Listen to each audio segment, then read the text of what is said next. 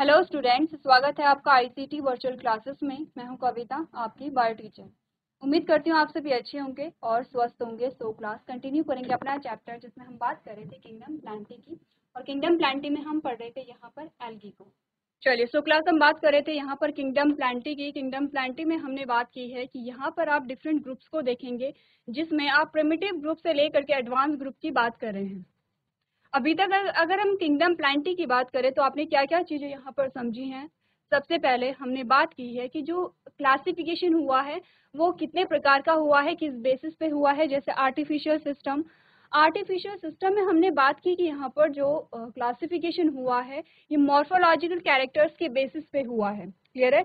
क्योंकि आपने morphological character, plant की हम बात कर रहे हैं, प्लांट के मॉर्फोलॉजी और एनाटॉमी आपने पढ़ी है, तो आप समझते हैं कि मॉर्फोलॉजी में आप क्या पढ़ते हैं, एनाटॉमी में आप क्या पढ़ते हैं। मॉर्फोलॉजी में आप एक्सटर्नल कैरेक्टर की बात करते हैं और एनाटॉमी में आप इंटरनल कैरेक्टर की बात करते हैं कि बॉडी का जो ऑर्गेनाइजेशन है वो किस प्रकार से है और किस प्रकार से उनकी स्थिति है।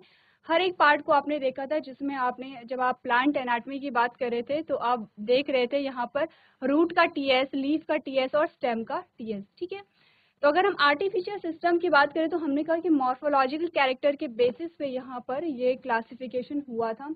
नेचुरल सिस्टम की अगर हम बात करें तो आपने कहा कि नेचुरल सिस्टम में क्या हुआ, यहाँ पर सारे इंपॉर्टेंट कैरेक्टर को इंक्लूड किया गया था, जिसमें एक्सटर्नल और इंटरनल दोनों कैरेक्टर्स की बात की गई थी। इट मीन हम क्या समझे कि मॉर्फोलॉजी और एनाटॉमी यहाँ पर दोनों ही क्या होंगे, इन्वॉल्व होंगे। क्लियर है? चलिए, नेक्स्ट हमने फाइलोजेनेटिक सिस्टम देखा था, जिसमें आपने कहा था कि यहाँ पर क्या होगा, इवोल्यूशनरी रिलेशनशिप के बेसिस पे जो क्लासिफिकेशन है वो किया जाएगा। इसी के साथ आपने numerical taxonomy and chemo taxonomy की बात की थी। अब हम बात कर रहे थे यहाँ पर जो क्लासिफिकेशन आप पढ़ रहे हैं वो हमारे पास इस प्रकार का आया था। आपने कहा था बेस्ड ऑन प्लांट बॉडी, यानी कि प्लांट बॉडी के अकॉर्डिंग, प्लांट बॉडी के बेसिस पे आपने कहा कि यहाँ पर जो किंगडम प्लांटी है उसे मेनली दो पार्ट में हमने डिवाइड किया था, जिसमें हमने कहा क्रिप्टोगैम्स होते हैं और फेनेरोगैम्स होते हैं। क्रिप्टोगैम्स में तीन ग्रुप हमारे पास आते हैं, एल्गी, ब्रायोफाइटा एंड टाइडोफाइटा। एंड फेनेरोगैम में हमने कहा जिम्नोस्पर्म एंड एंजियोस्पर्म आते हैं। एंजियोस्पर्म आपके पास फर्दर दो पार्ट में डिवाइड होते हैं, जिसमें हमने डाइकॉट एंड मोनोकॉट की बात की है। इसके बाद नेक्स्ट जो हमारे पास आते हैं, अब हम बात करेंगे यहाँ पर आपके पास अलग अलग प्लांट ग्रुप्स की, जिसमें सबसे पहला ग्रुप आपके पास आएगा एल्गी।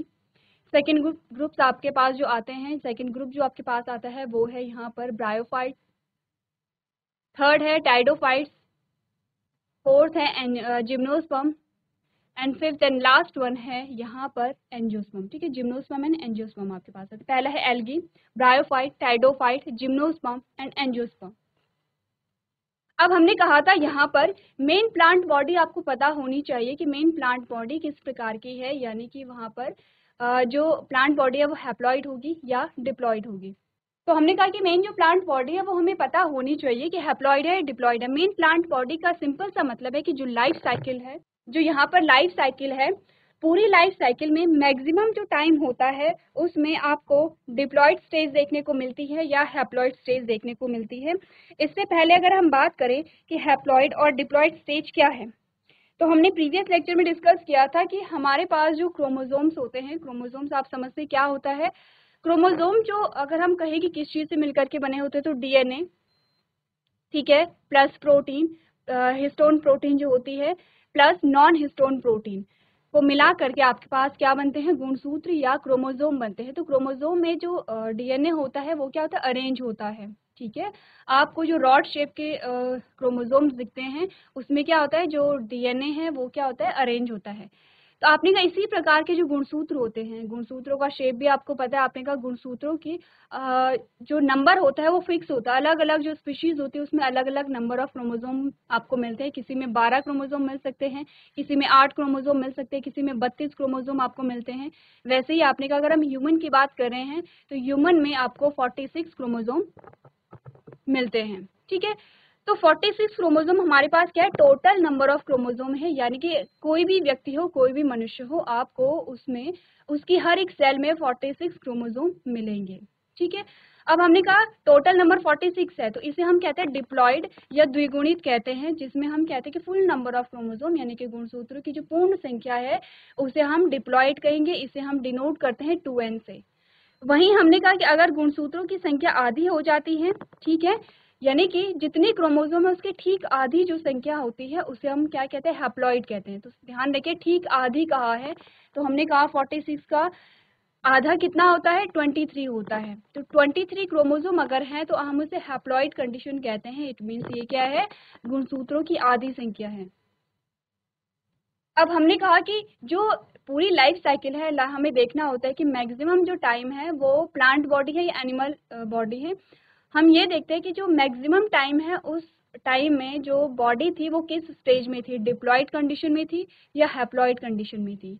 तो हमने जैसे कि एल्गी सबसे पहले हमने एग्जांपल लिया है, हमने कहा जो एल्गी होती है उसमें जो यहाँ पर प्लांट बॉडी है वो क्या है, हैप्लॉइड है, ठीक है। तो आप क्या कहेंगे कि क्या इसमें डिप्लॉयड स्टेज कभी नहीं आती है या फिर हैप्लॉइड स्टेज रहेगी? तो ऐसा नहीं होता है।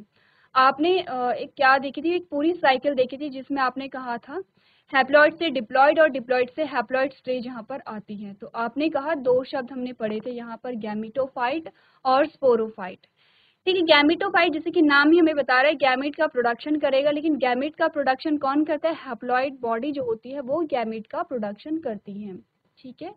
और जो डिप्लॉयड बॉडी होती है वो होती है स्पोरोफाइट। स्पोरोफाइट का मतलब आप समझते हैं कि वो स्पोर्स का फॉर्मेशन करती है। ध्यान इतना रखना है कि गैमेटोफाइट का जो रिलेशन है वो हैप्लॉइड प्लांट हैप्लॉइड बॉडी से है और स्पोरोफाइट का जो कनेक्शन है वो डिप्लॉयड बॉडी से। तो आप क्या समझे, अगर हम यहाँ पर एल्गी की बात करें तो हमने क्या, एल्गी क्या है, हैप्लॉइड बॉडी है जो मेन प्लांट बॉडी है। इट मीन्स कि मैक्सिमम टाइम जो प्लांट बॉडी का है वो किस स्टेज में रहता है, हैप्लॉइड स्टेज में या हैप्लॉइड कंडीशन में रहता है। हमने कहा कि यहाँ पर जब भी क्या होता है, जो यहाँ हैप्लॉइड से डिप्लॉइड या डिप्लॉइड से हैप्लॉइड कंडीशन आती है, ये कब आती है, मैक्सिमम जो हमारे पास कंडीशन आती है वो तब आती है जब यहाँ पर रिप्रोडक्शन होता है। तो यहाँ पर क्या हुआ, हमने कहा कि क्योंकि एल्गी क्या है, हैप्लॉइड बॉडी है, तो यहाँ पर अगर हम रिप्रोडक्शन पढ़ते हैं, रिप्रोडक्शन हो रहा होता है तो होगा क्या, अगर हम लैंगिक जनन की बात करेंगे तो यहाँ पर क्या बनेंगे, गैमेट का फ्यूजन इंपॉर्टेंट होता है, ठीक है। सबसे मेन और सबसे इम्पॉर्टेंट कैरेक्टर क्या है यहाँ पर लैंगिक जनन का, कि यहाँ पर जो गैमेट है, जो युग्मक है, उनका संलयन होना जरूरी है। युग्मक बनने के लिए हमने क्या पढ़ा है अभी तक, आपने अभी तक जो रिप्रोडक्शन है वो चैप्टर आपने प्रीवियस क्लासेस में पढ़ा होगा और अच्छे से समझा होगा कि गैमेट का प्रोडक्शन क्यों और कैसे होता है। हमने कहा जब भी गैमेट का प्रोडक्शन होता है तो मियोसिस होती है। इट मीन्स कि यहाँ पर जो नंबर ऑफ क्रोमोसोम है वो आधे रह जाते हैं और तब जाके यहाँ पर गैमेट का प्रोडक्शन होता है। लेकिन अगर प्लांट बॉडी क्या है, ऑलरेडी हैप्लॉइड है, तो यहाँ पर गैमेट कैसे बनेंगे, आपने कहा जो न्यूक्लियस होते हैं वो एज ए गैमेट वहाँ पर काम करेंगे, ठीक है। अब यहाँ पर क्या होगा, गैमेट बनेंगे, एक जो एल्गल बॉडी है उसने एक गैमेट बनाया, दूसरी एल्गल बॉडी ने दूसरा गैमेट बनाया। अब गैमेट का फ्यूजन होगा, जब गैमेट बने हैं तो गैमेट का फ्यूजन भी होगा। अब जब गैमेट का फ्यूजन होता है तो आपने कहा दोनों गैमेट के हैं, एन है, ठीक है। अब दोनों गैमेट कैसे होंगे, हमने कहा मेल और फीमेल गैमेट है तो हमने कहा दोनों एन है, तो एन प्लस एन कितना होगा, 2n होगा। तो आप क्या समझे कि जब भी यहाँ पर गैमेट का फ्यूजन हुआ और जाइगोट बना तो 2n कंडीशन आई है। 2n कंडीशन को हम डिप्लॉयड कहते हैं, क्योंकि यहाँ पर आपने कहा कि आधे जो क्रोमोसोम थे वो एक गैमेट में थे, आधे क्रोमोसोम दूसरे गैमेट में थे, दोनों का फ्यूजन हुआ, आपके पास फुल नंबर ऑफ क्रोमोसोम आ गए हैं, ठीक है। अब आपने क्या कहा, क्योंकि डिप्लॉयड कंडीशन आ गई है तो अब ये क्या कहलाएगा, क्योंकि डिप्लॉयड क्या होता है, स्पोरोफाइट होता है, ध्यान रखिए डिप्लॉयड स्पोरोफाइट होता है, तो ये क्या बनाएगा, आप स्पोर बनाएगा, ठीक है। जो यहाँ पर जो डिप्लॉयड बॉडी है वो स्पोर बनाएगी। और जब स्पोर बनते हैं तो स्पोर कैसे होंगे, हैप्लॉयड होंगे, क्योंकि स्पोर कैसे बन रहे हैं, मियोसिस से बन रहे हैं, ठीक है। अगर मैं कहूँ कि हैप्लॉइड बॉडी से गैमेट कैसे बने हैं तो माइटोसिस हुई होगी वहाँ पर, मियोसिस तो नहीं होगी, क्योंकि मियोसिस में हम समझते हैं कि क्रोमोसोम का नंबर हाफ हो जाता है। तो यहाँ पर जो स्पोरोफाइट था यानी जो डिप्लॉयड बॉडी थी उसमें मियोसिस हुई और स्पोर बने, ठीक है। स्पोर कैसे हैं, हैप्लॉइड है। अब इनमें क्या होगा, जर्मिनेशन होगा, नई एल्गल बॉडी का फॉर्मेशन करेंगे जो कि कैसी होगी, हैप्लॉइड होगी, ठीक है। अब इस बात से आपने क्या समझा, हैप्लॉइड बॉडी से डिप्लॉयड बॉडी बनी, यानी कि हैप्लॉइड जो बॉडी थी उसमें जो गैमेट बने, गैमेट के फ्यूजन से डिप्लॉयड बॉडी बनी, डिप्लॉयड बॉडी से फिर से हैप्लॉइड कैसे बॉडी बनी, कैसे, स्पोर बने वहां पर। और हैप्लॉइड टू डिप्लॉयड, डिप्लॉयड से हैप्लॉइड, एक आप क्या देख रहे हैं, साइकिल देख रहे हैं। लेकिन यहाँ पर एल्गल बॉडी में जो डिप्लॉइड स्टेज आती है वो कब आती है, जब जाइगोट का यहाँ पे फॉर्मेशन होता है। ये सेम चीज आप सारी ग्रुप में पढ़ेंगे। तो हमने कहा कि एल्गी की हम बात कर रहे हैं, एल्गी को हम थैलोफाइटा के नाम से भी जानते हैं क्योंकि इसकी जो बॉडी होती है वो थैलस जैसी होती है। थैलस हम इसलिए कह रहे हैं क्योंकि सारी जो बॉडी है आपने कहा आपको कोई जो ऑर्गन डिफ्रेंशिएशन आपको नहीं दिखा। जैसे कि अगर आप पहली इमेज देखेंगे जिसमें आपको एल्गी बताया गया है, या फिर आपने एल्गी को देखा भी होगा, ऐसा नहीं है कि आपने एल्गी नहीं देखी होगी, जहाँ पर भी पानी रुका हुआ होता है तो आपने काई देखी होगी। अगर कभी आप उसे निकाल करके देखेंगे तो आपको उसमें थ्रेड लाइक स्ट्रक्चर ही मिलेगा। ऐसा नहीं है कि आप उसमें डिफ्रेंशिएट कर पाएंगे कि कौन सा पार्ट या कौन सा पोर्शन आपको दिखाई दे रहा है। तो हमने कहा कि जो एल्गी है उसे हम थैलोफाइटा भी कहते हैं क्योंकि थैलस जैसी बॉडी इनकी होती है, ऑर्गन डिफ्रेंशिएशन नहीं हुआ है। और हमने क्या बात की है कि true root, true leaf, true stem इसमें नहीं आते हैं। तो हमने कहा कि ट्रू रूट, ट्रू लीफ और ट्रू स्टेम की डेफिनेशन क्या थी, जिसमें जाइलम एंड फ्लोएम पाए जा रहे हैं उसी को हम वास्तविक जड़, वास्तविक पत्ती और वास्तविक तना कहते हैं। क्योंकि यहाँ पर जो एल्गी है, एल्गी में जाइलम एंड फ्लोएम नहीं पाया जाता है, तो इसीलिए हम कहते हैं कि इसमें वास्तविक जड़, तना, पत्ती नहीं पाए जाते हैं। ठीक है, अब यहाँ पर हमने कहा कुछ कैरेक्टर, कुछ इंपॉर्टेंट टर्म्स आते हैं जैसे कि फाइकोलॉजी क्या होती है, स्टडी ऑफ एल्गी। एल्गी के अध्ययन को आप फाइकोलॉजी कहते हैं। ठीक है, फाइकोस का मतलब होता है सी वीड्स एंड लोगोस का मतलब होता है स्टडी। ठीक है, फादर ऑफ फाइकोलॉजी हमने कहा फ्रिच होते हैं। और अगर इंडियन फादर ऑफ फाइकोलॉजी की हम बात करें तो हमने कहा MOP एंगर जो है इसके क्या है, फादर ऑफ इंडियन फाइकोलॉजी हैं।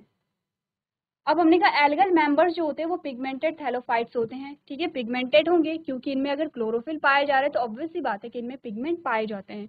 कितने प्रकार के आपने कहा, रेड एल्गी है, ग्रीन एल्गी है, ब्राउन एल्गी है, ये तो उनके कॉमन नेम होते हैं।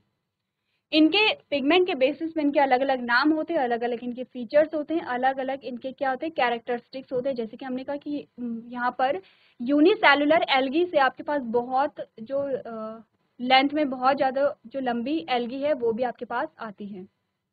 चलिए तो स्टार्ट करते हैं एल्गी के बारे में। सबसे पहले एल्गी के हैबिटेट की हम बात करेंगे कि एल्गी जो है वो आपको कहाँ कहाँ मिल सकती है। सबसे पहले हम बात करेंगे हाइड्रोफाइट्स के बारे में। हाइड्रो का मतलब होता है कि पानी से रिलेटेड है। हाइड्रोफाइट्स का मतलब है water is their habitat in aquatic habitat. ठीक है, हमने जब बात की थी एल्गी की तो कहा था कि मोस्टली कहाँ पर पाए जाते हैं, वाटर में पाए जाते हैं, एक्वेटिक होते हैं।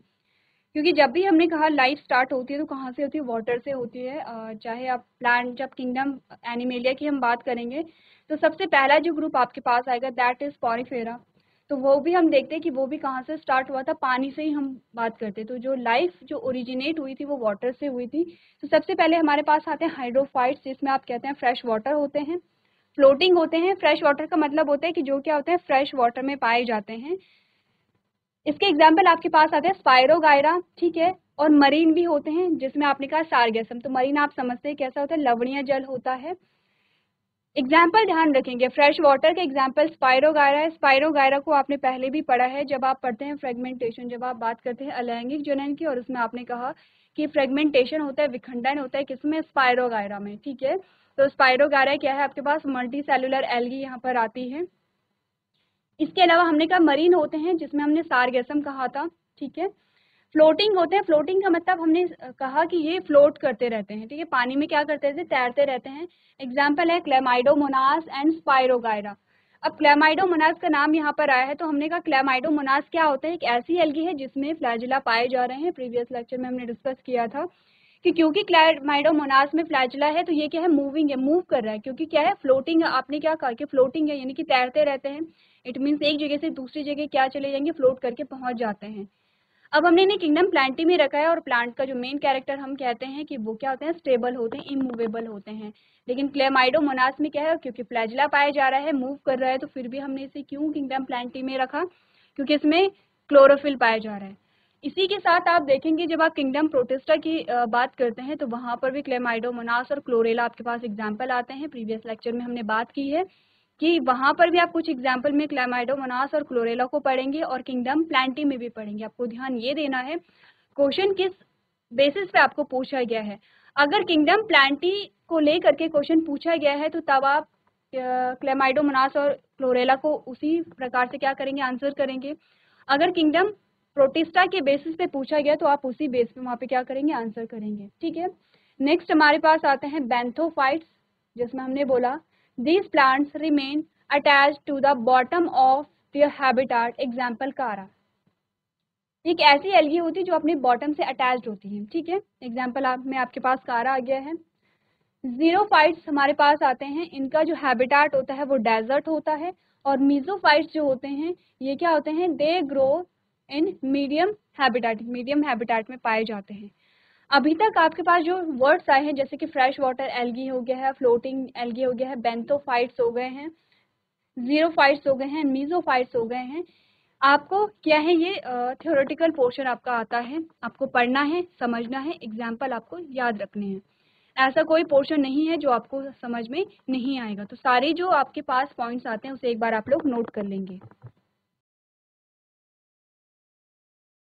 तो हमने प्राकृतिक वास में क्या पढ़ा, हाइड्रोफाइट्स, हमने कहा पानी उनका निवास स्थान है, जैसे कि मीठे पानी में स्पाइरोगायरा पाए जाते हैं और समुद्री या लवणीय पानी में हमें सार्गेसम मिलते हैं।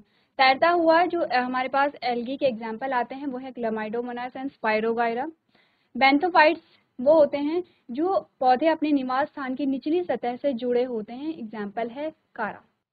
ठीक है, तो आप समझ सकते हैं जो बेंथोफाइट्स होंगे वो क्या होंगे, डीप वाटर में पाए जाएंगे। जीरोफाइट्स होते हैं जो रेगिस्तान में पाए जाते हैं, एंड मीजोफाइट्स होते हैं जो मध्यम आवासों में उगते हैं, यानी कि नॉर्मल कंडीशन में उगते हैं। ठीक है, चलिए इसके अलावा हमारे पास आते हैं एपीफाइट्स। एपीफाइट्स क्या होते हैं, they grow on plant body, ऐसे एल्गी जो प्लांट बॉडी पर उगते हैं उसे आप कहते हैं एपीफाइट्स, एग्जाम्पल है क्लैडोफोरा। अब इसमें एग्जाम्पल इंपॉर्टेंट होते हैं और वर्ड्स में इंपॉर्टेंट है, जैसे एपीफाइट्स क्या है, एपिजोइक। आपके पास सिंपल सा क्वेश्चन, डायरेक्ट क्वेश्चन आ सकता है कि एपिजोइक के एग्जाम्पल बताइए या एपिजोइक क्या होते हैं। तो आपको क्या करना है, वर्ड की डेफिनेशन और उनके जो एग्जाम्पल है वो याद रखने हैं। सेकंड, एपिजोइक में हमने क्या कहा, ग्रोइंग ऑन एनिमल्स बॉडी, ऐसे एल्गी जो कि पशु शरीर पर उगते हैं, जैसे कि ट्राइकोफिलस। अब आप ध्यान दीजिए, एल्गी क्या है, हर जगह ग्रो होती है जहां पर उसे मॉइस्चर मिला, जैसे पानी में ग्रो हो सकती है, आपने कहा डेजर्ट में ग्रो होती है, प्लांट बॉडी पर ग्रो होती है और एनिमल बॉडी पर भी ग्रो होती है। ठीक है, जिसे आप काई कहते हैं। तो हमने एपीफाइट्स पढ़ा है, एपिजोइक पढ़ा है, लिथोफाइट्स पढ़ा है। लिथोफाइट्स में आपने कहा दे ग्रो ऑन रॉक्स, ऐसे एल्गे जो चट्टानों पर उगते हैं। अब चट्टानों पर उगेंगी, कब उगेंगी, जब वहां पर मॉइस्चर होगा या वहां पे पानी होगा। ठीक है, नेक्स्ट हमने क्या, halophytes, they grow in salty areas. Halophytes कौन होंगे, जो नमकीन क्षेत्रों में या लवणीय क्षेत्रों में पाए जाते हैं। नेक्स्ट है मॉइस्ट सॉइल टेरेस्ट्रियल, जिसमें आपने कहा कि ऐसे एल्गी जो कि नम मिट्टी में पाए जाते हैं, जिसका एग्जाम्पल आता है फ्रिट्रिएला। चलिए, तो हमने अलग अलग प्रकार के यहाँ पर क्या पढ़े हैं, एल्गी पढ़े हैं। आपको क्या करने हैं, इनके नाम जो हैं वो याद रखने हैं और इनके एग्जाम्पल आपको ध्यान रखने हैं। ठीक है, चलिए अब प्लांट बॉडी की बात करते हैं कि जो एल्गी की प्लांट बॉडी है वो किस प्रकार की है यहाँ पर। ठीक है, काफी सारी चीजें हमने प्लांट बॉडी के बारे में डिस्कस कर ली हैं, आपको ध्यान रखना है और पढ़ना है। सबसे पहले हमने कहा the vegetative plant body of algae is a haploid gametophyte. क्या बोला गया है, दोनों वर्ड्स यूज किए गए हैं, हैप्लॉइड गैमेटोफाइट। हैप्लॉइड का मतलब है एन, गैमेटोफाइट का मतलब है कि क्या करेंगे, ये गैमीट का प्रोडक्शन करते हैं। ठीक है, क्लियर है। सेकेंड लाइन आपको बता रखी है, दे में भी यूनिसेलुलर, यूनिसेलुलर भी हो सकते हैं, फ्लैजिलेटेड भी हो सकते हैं जैसे क्लैमाइडोमोनास है, नॉन फ्लैजिलेटेड हो सकते हैं जैसे कि क्लोरेला है, और मल्टी सेलुलर भी हो सकते हैं, या फिर आपने कहा कॉलोनियल भी हो सकते हैं, या फिर आपने कहा कि जो फिलामेंटस भी हो सकते हैं।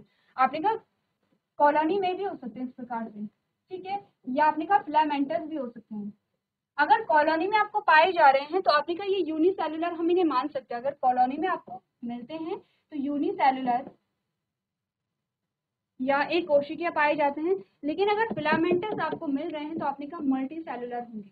क्यों होंगे मल्टी सेलुलर, क्योंकि यूनिसेलुलर में क्या है, एक पर्टिकुलर जो कॉलोनी आपको मिल रही है हर एक का क्या है, अपना एक अस्तित्व है। यहाँ पर अगर हम फिलामेंटस की बात करते हैं तो ये एक दूसरे से कनेक्टेड होते हैं। अगर यहाँ पर एक सेल नहीं रहती है या फिर एक सेल डैमेज हो जाती है तो उसका इफेक्ट दूसरे पे पड़ सकता है। तो हमने कहा ये पूरा क्या है, एक बॉडी है।